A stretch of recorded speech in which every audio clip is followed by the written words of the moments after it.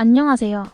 10월 4일 유럽 챔피언스리그 축구 분석을 시작하기에 앞서 구글에 굿즈TV 검색하시고 들어오셔서 문의하시면 조합 선택을 받아보실 수 있으며 정보방도 바로 입장 가능합니다.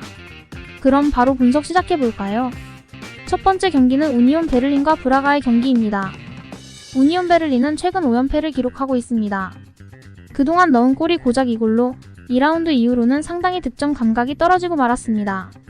사실 12라운드에서도 수위 이야기하는 뚝배기 전술이 잘 통했기 때문에 공격에서의 기복이 예상되었던 것이 사실입니다. 그래도 라이프치히 정도를 제외하면 대량 실점을 중앙에서의 힘을 바탕으로 억제하고 있는 상황인 것은 맞지만 브라가의 활로가 측면에서도 효과가 있다는 점은 생각해야 할 것입니다. 브라가는 리그에서는 상당히 수비적인 난조를 보이고 있기는 하지만 측면을 이용한 화력전을 유도하면서 페이스 자체가 나쁘지는 않습니다. 일단 상위권 팀을 상대로는 수비 상황에서 4-4-2로 변형하면서 나폴리를 제법 애를 먹이기도 했던 편이었습니다. 우니온의 장점이 중앙에서의 강한 압박인데 이를 무력화시킬 측면 우회라는 플랜도 있기는 한 상황입니다. 최종적으로 브라가가 이겨도 이상하지는 않을 듯. 우니온의 공격이 롱볼 중심인데 최근에는 헤더 전략이 잘 통하지 않으면서 부진하고 있는 상황입니다. 우니온의 장점인 중원에서의 단단함도 측면에서의 우회로가 있는 브라가를 상대로는 크게 두각을 드러내기는 어려울 가능성도 있을 것입니다. 두 번째 경기는 코펜하겐과 바이에른 뮌헨의 경기입니다. 코펜하겐은 최근 갈라타사라이와의 경기에서 퇴장을 당하면서도 무승부로 극적인 대결을 벌였습니다. 그들의 역습 상황에서의 결정력은 인상적이었지만 바이에른 뮌헨과의 대결에서 수비 측면에서 걱정되는 부분이 몇몇 보입니다. 바이에른 뮌헨은 선수들의 개인 기량에 크게 의존하고 있음이 가장 큰 문제점입니다. 특히 무시알라, 케인, 사네가 공격의 주축인데 이 세 선수 중 한 명의 컨디션만 떨어져도 전체적인 플레이가 답답해집니다. 그러나 코펜하겐과의 대결에서는 그들의 개인 기량이 큰 역할을 할 것으로 예상됩니다. 그리고 김민재와 우파메카노의 복귀는 팀에게 좋은 소식이었습니다. 결론적으로 바이에른 뮌헨의 승리가 예상됩니다. 체급 차이를 고려하면 바이에른 뮌헨이 코펜하겐을 압도할 가능성이 큽니다.